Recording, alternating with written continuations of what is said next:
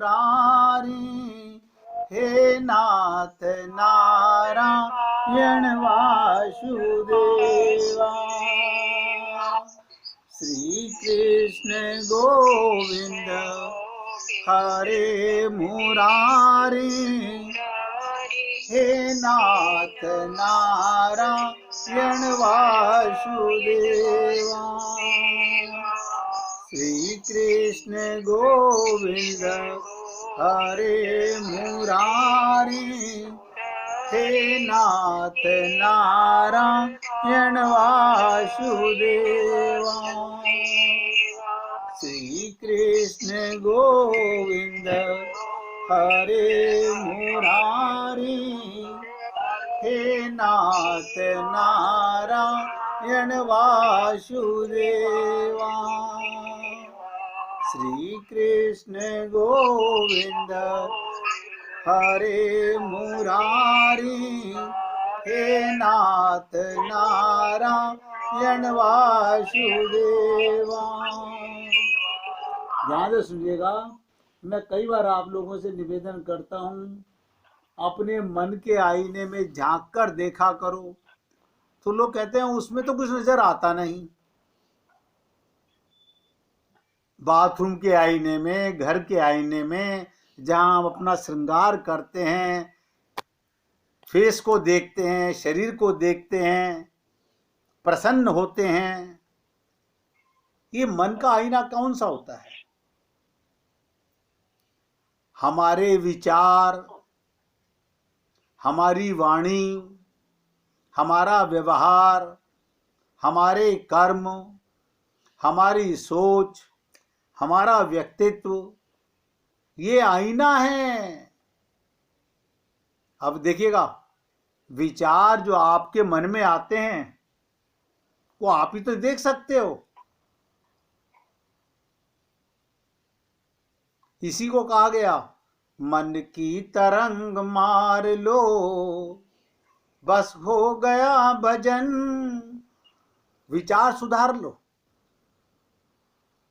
अब विचार हम कहते हैं हाँ ठीक है, आज तो बात कर रहे हैं, कल नहीं करेंगे। बहुत से लोग अब आज मौका मिला, आज तो गप्पे मार लेने दो, कल नहीं करेंगे। जो कल पर टालता है वो कभी नहीं छोड़ पाता संसार में। गलती तो आज की ही है, कल तो तुम्हारा आना ही कभी नहीं है। कल भी तुम यही बोलोगे बस आज की तो बात है।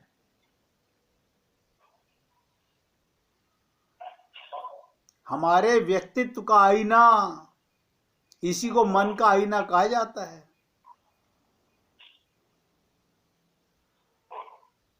हम अपने गुरु और अपने प्रभु इष्ट के प्रति प्रति पल पल उत्तरदायी हैं। क्या मतलब? ये तलवार की धार पे चलने के समान है। जरा सा फिसले और हमारा मन तो अरे बाबा मंदिर में बैठे बैठे पूजा करते करते न जाने कहां कहां जाता रहता।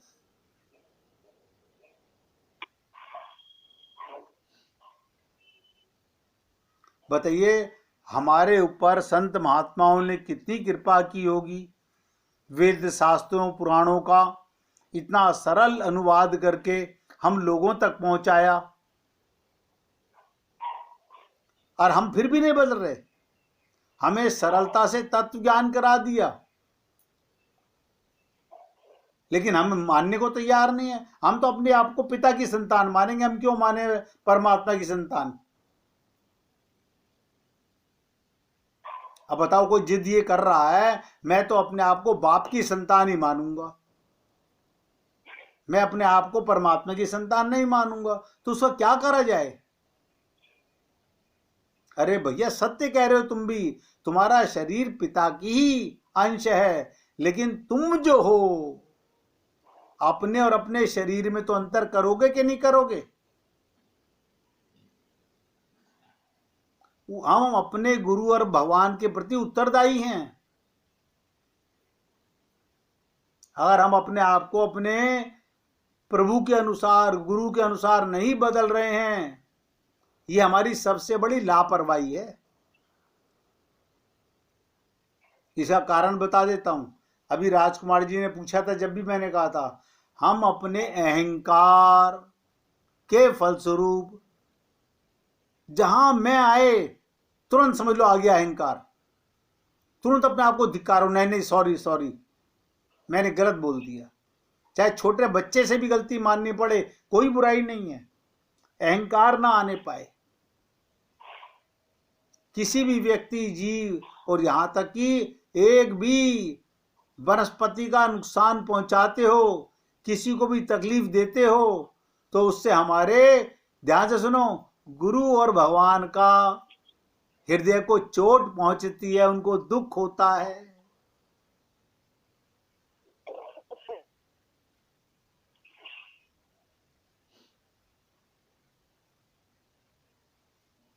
एक संत महात्मा अपने शिष्यों को कहा करते थे कि मेरी शरण में आने का मतलब क्या। किसी को भी संसार में दुख देना, कष्ट देना, मन से, कर्म से, वाणी से, ये मुझे कष्ट देने के समान है। और आप और हम लोग इतने लापरवाह है, सुबह से शाम तक। हमें दोष दूसरे में कभी नहीं देखना चाहिए। हम सब अपने में दोष ढूंढने की आदत डालें। आज संकल्प करें, आज मैं अपनी 10 कमियां नोट करूंगा। वैसे तो आपका नाना मेरे में तो कोई कमी नहीं है, आई एम ऑल राइट। देखो, अगर आपसे ये कहा है अपनी क्वालिटियां लिखो तो 100 लिख दोगे। बात तो अपनी कमियों को ढूंढने की कि मुझ में क्या क्या कमी। हम सब में कमियां ही तो हैं जो हम आगे नहीं बढ़ पा रहे। हम सब में कमियां हैं। और जो व्यक्ति अपने दोष देखने लगता है, दूसरे में दोष देखना सबसे बड़ा पाप।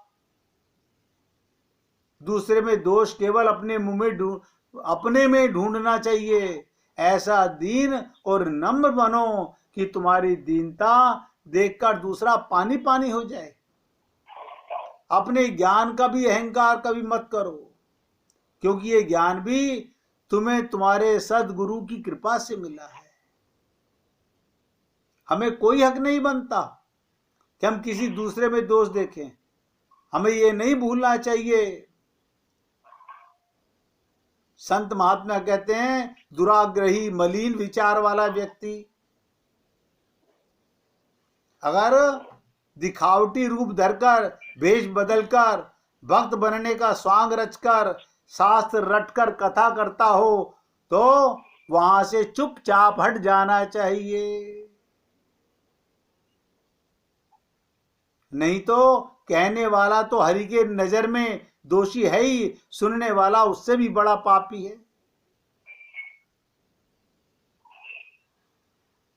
क्या क्या बताऊं मैं आपको। राम सुखदास जी तो यहां तक कहते थे, जो व्यक्ति अपने को दीन नहीं मानता,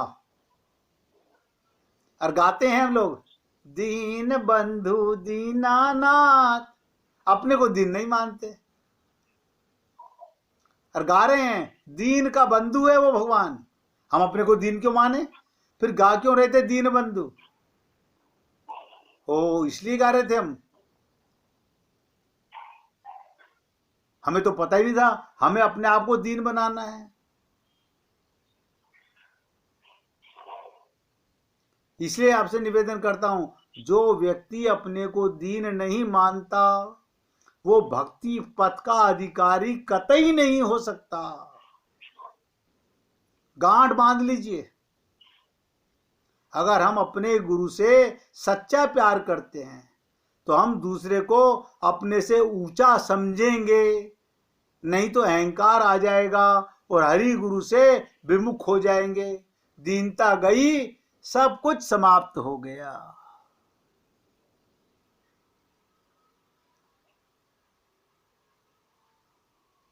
सोचो इन बातों को, सीरियसली अपने हृदय में लेके आइए और समझिएगा।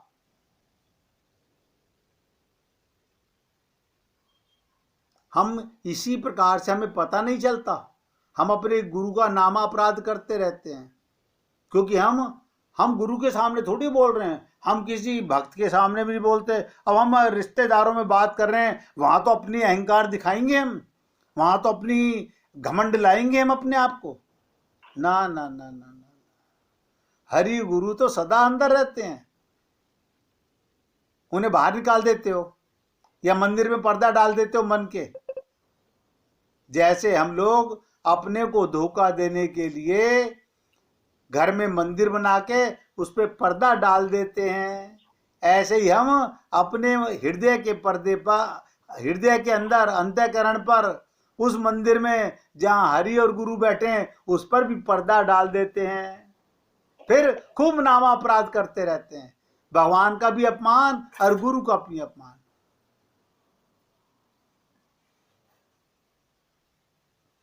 ये आप और हम लोग नहीं, ना जानने वाले 99% लोग हरि और गुरु को धोखा देते रहते हैं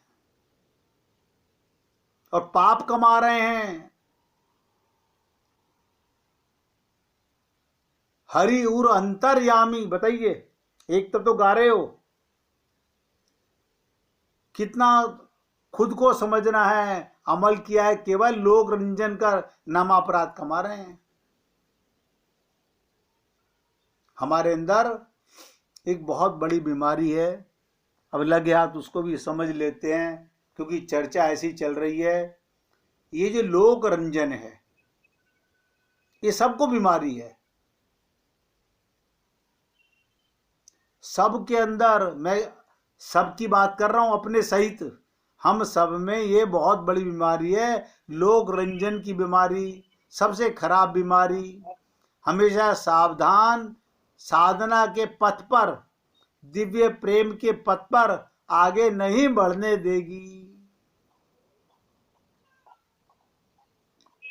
इसलिए जब मन खोजो आपनो, मुझसे बुरा न कोई।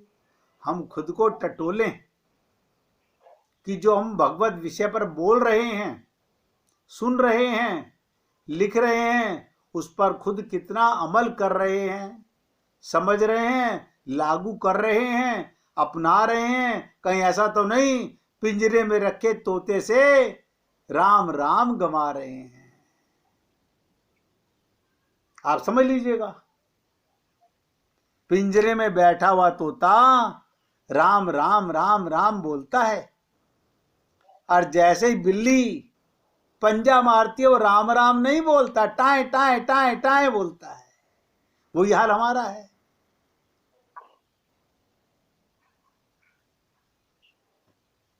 इसलिए अगर ऐसा है, हमें सावधान हो जाना चाहिए, समझ जाना चाहिए नामा अपराध के भागीदार बन रहे हैं हम। हमसे सुनने वाला वो तो लाभ उठा लेगा, कमा लेगा, वो पात्र है, परंतु आपका क्या होगा? इसलिए हम सबको बड़ी कठिन प्रेम की राह, गुरु के शब्दों को उच्चारण करना बड़ा सरल है, पहले जीवन में उतारिए।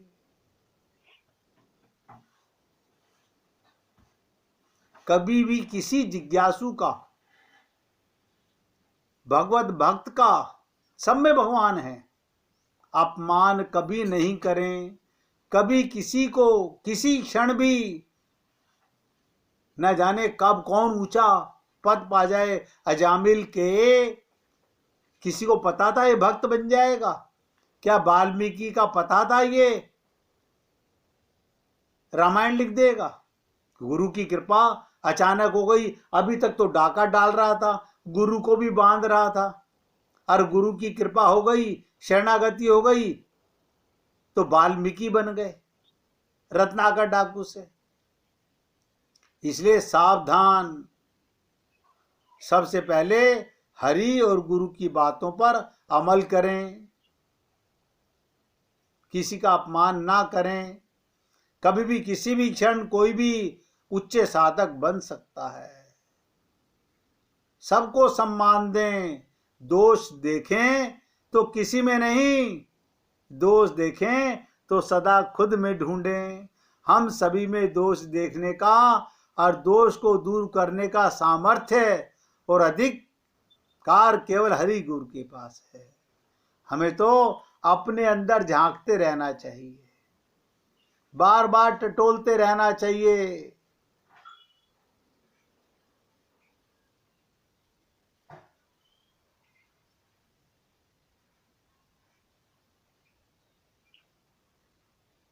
मैं आपके साथ प्रेम रस सार पर चर्चा कर रहा हूं और यही प्रार्थना करता हूं कि हे गोविंद, कुछ ऐसी प्रेम की चर्चा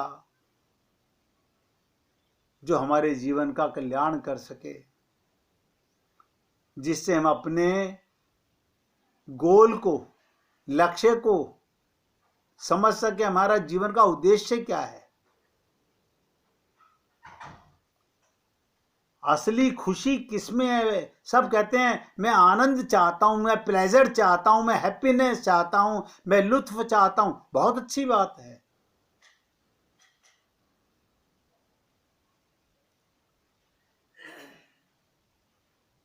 आनंद कहां से मिलेगा?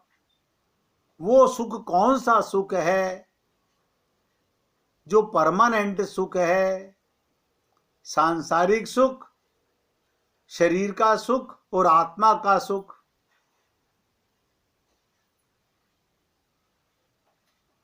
आनंद कहाँ है, किसके पास है? क्या संसार में खुशी और आनंद दोनों हैं? केवल खुशी है तो सबसे पहले खुशी को समझना होगा। वो तो हम बहुत समझते हैं। सब नोट करें, सांसारिक सुख जिसे आप हम लोग आज बहुत खुश हैं, ये क्या है? टेम्परेरी इमोशनल फीलिंग को खुशी कहते हैं। आज हमारी बेटी घर आई है, आज हमारा बेटा घर आया है, आज हमारी कमाई खूब हो गई है, ये तो टेम्परेरी इमोशनल फीलिंग है। अभी रात को चोर चुरा के ले गए, क्या करोगे? कल तो बहुत खुश थे, आज दुख आ गया। यानी संसार में किसी जीव के द्वारा, सब नोट करें, उसके किसी सांसारिक लक्ष्य को हासिल होने से जीव के मन को बढ़िया फीलिंग होती है। मैं नौकरी चाहता था गवर्नमेंट की, मुझे मिल गई। मैं अफसर बनना चाहता था, मैं अफसर बन गया। इसको खुशी कहते हैं। इसीलिए कहते ये खुशी इमोशनल फीलिंग को कहते हैं। लेकिन ये खुशी सदा के लिए नहीं होती। मजदूर जब साइकिल निकलवाता है, जो रोज पैदल जाता था, साइकिल लेके रिश्तेदारों के पास जाता है घूमने के लिए, दिखाता है कि देखो हमने नई साइकिल कसवाई है। और जैसे ही साइकिल के पास से उसका कोई रिश्तेदार मोटरसाइकिल पे आता है, वो पिचक जाता है। अभी फूल रहा था, अब मोटरसाइकिल वाले के पास में उसका ही रिश्तेदार कोई कार ले आता है, तो वो उसको देख के पिचक जाता है। ये खुशी सदा नहीं, स्थायी नहीं होती। खुशी समय के साथ साथ, अभिष्ट की प्राप्ति के साथ साथ धीरे धीरे समाप्त होने वाला एक इमोशनल मात्र फीलिंग है और कुछ नहीं है।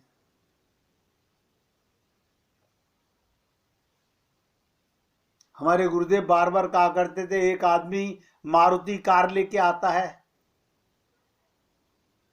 बड़ा खुश हो रहा है, फैमिली को बैठा के घूम रहा है। उसके सामने वो कहता हम तो मर्सिडीज लेके आए हैं, और उसका चेहरा पिचक जाता है।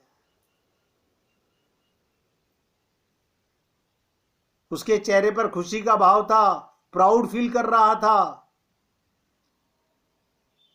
और जैसे ही मर्सिडीज सामने आई,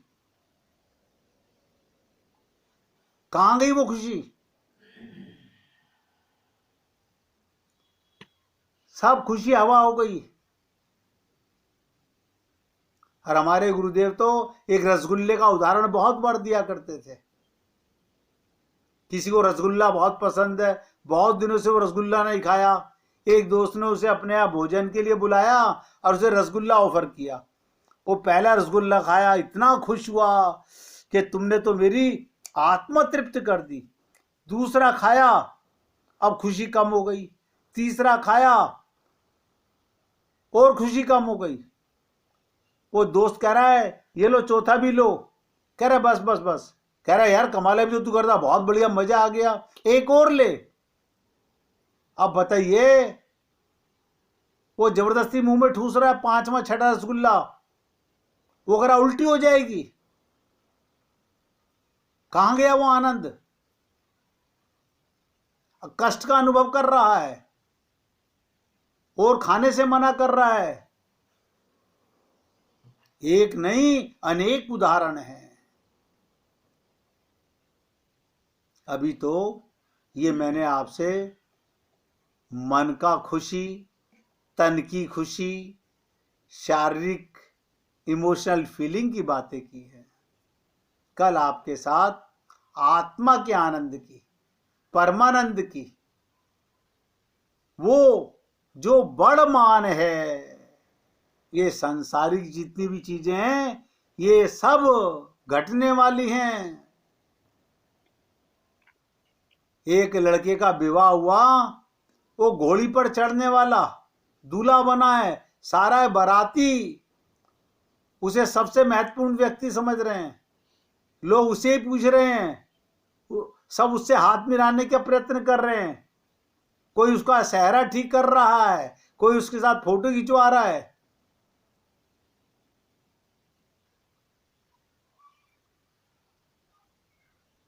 ये सब 4 दिन की चांदनी है।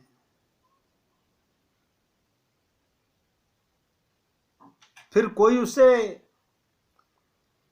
नहीं देख रहा कि तूने सूट कैसा पहना है, तूने क्या करा है।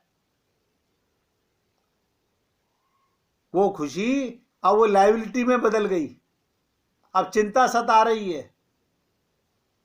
कहां गई वो एक दिन की टेम्परेरी खुशी? मगर संसार इसी में पागल हुआ पड़ा है। कल आपसे आत्मा का सुख, जो हमारा लक्ष्य होना चाहिए, जो बड़ मान है, कभी घटेगा नहीं। संसार का कोई ऐसा सुख नहीं जो बड़ मान हो, और आत्मा का सुख वो बड़ मान ही होता है। इसलिए आज मैं फिर यहाँ पर अपने सत्संग को विराम दे रहा हूँ और आप सबसे निवेदन कर रहा हूँ, थोड़ा थोड़ा इस प्रेम रस को समझने का प्रयत्न करो। अगर जीवन में आत्मा का सुख नहीं पाया तो मनुष्य देह में आने का कोई लाभ नहीं मिला। इसलिए आज का थीम शब्द था दीनता लानी चाहिए हमारे अंदर। अब इसी का गुणगान करेंगे। देखिए गुड्डी जी भजन सुनाना चाहती हैं आपको, उनके मुखारबिन से भजन सुनिए, सुनाइए जी। मेरे गिनियो ना अपराध लाडली श्री राधे, मेरे गिनियो ना अपराध लाडली श्री राधे, लाडली श्री राधे, लाडली श्री राधे, मेरे गिनियो ना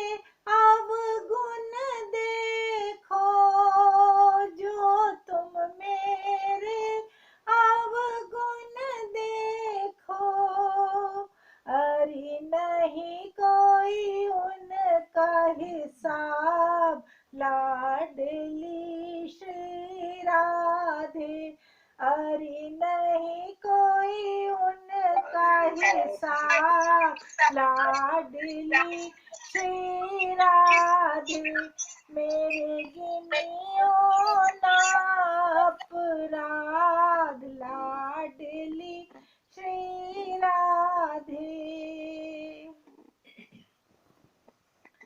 अष्ट सखिन में कोटि गोपिन में अष्ट सखिन में कोटि गोपिन में अरि लिख ली जोरी मेरो नाम लाडली श्री राधे अरि लिख ली जोरी मेरो नाम लाडली श्री राधे।